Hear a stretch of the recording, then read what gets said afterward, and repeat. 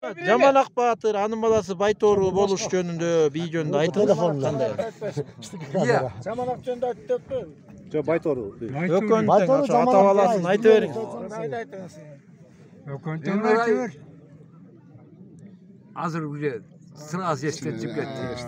Сүрдөп кетти.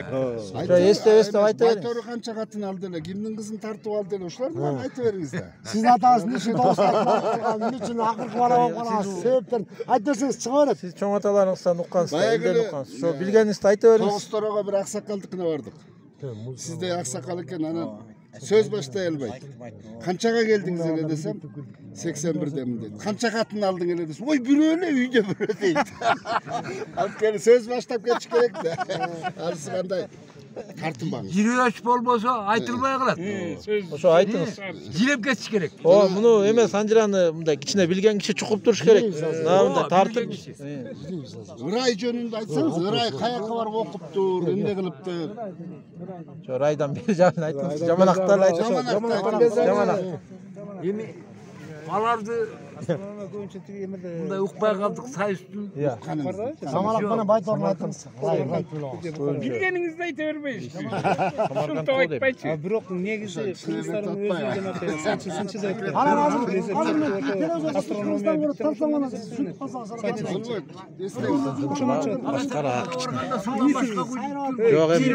Анан Жаманак Баатыр жөнүндө мен бирок чоң атам, кадыркул чоң атамдан укканбыз. Мен кичирээк чакта карган кишинин тили немерээк болуп калды. Түшүнбөй аласыз, андан кийин булагамын айтып жүргөм. Агамдын мындай бир айткан жери бар. Элимди алып кетем дептир. Элимди, ымамды, тууганымды көчүрүп кетем. Каяка?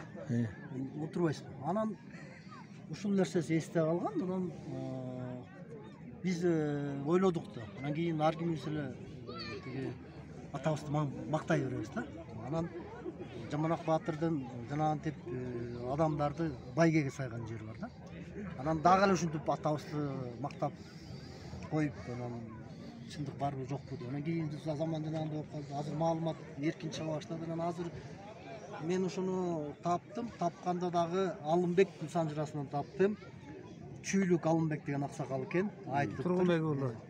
Ал тиги Баланча Басматовак деп Академ наука балдары өткөзүптүр. Ошондо Ыман Жаманак деп турат. Ыман Жаманак. Кулжа башы куу чокко чыгып Кооманды өлтүрдү деп турат. Жаманактын эрдиги ушул. Кооманды өлтүрдү.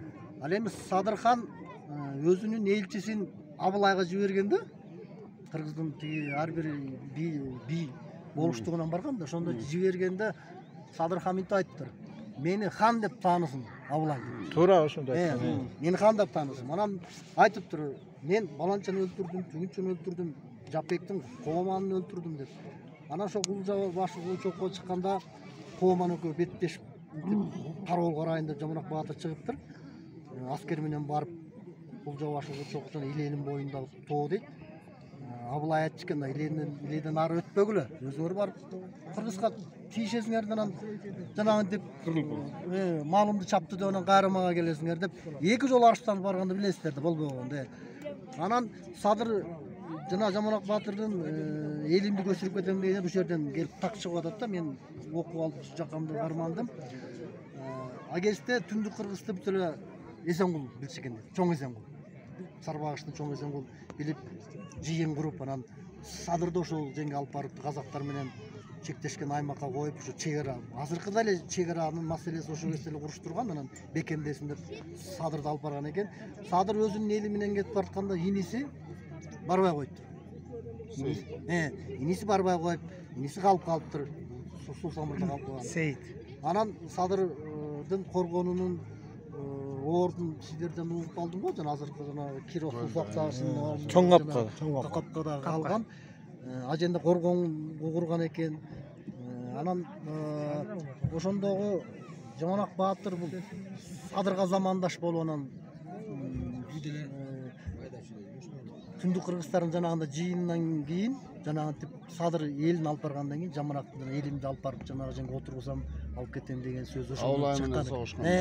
Ошондон чыкканы бул жер так чыгып атат Ошону да. кай жерден кай жерге көчүрөм деп атат. Ушул бул агесте биз Акталага келдик болуш керек, Жуңгалдара болуш керек. Анткени Акталага келгенге чейин Жуңгалда тиги кичине болуп жер маселеси болуп. Капкадан Жуңгала көчүрөм деп. Жок, Жуңгалдан Капкага алып барам деп атпайбы. Ер садыр 80 жылдары. Жердин жери экенбиз. 70. Канча дейсиз? 70-75. 1770-75 жыл Авлай менен деги Жок, Садырдын. 80. 80. 1780. 80. 1780'de. 1793 1793 жылдары жылдары ошондо Кооманды өлтүрдүм деп атат. Кооманды өлтүрдүм. Мына ошондочу тигил Жана 50 Түркү батыр 700. 1695 болуп атат.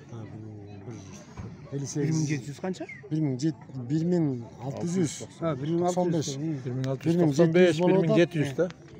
Эгер батырбы? Түркү батыр 60 жашынан, пайгамбар жашынан өткөндөн кийин 60 менен 70 жашында өтсө 1700 бир 60 жылдардан 62 Жанагы болжолдуу менен да көп болду дегенде Түлкү батыр 1765 жылдар каза болгон. Садыр немеси 1780 деп атаса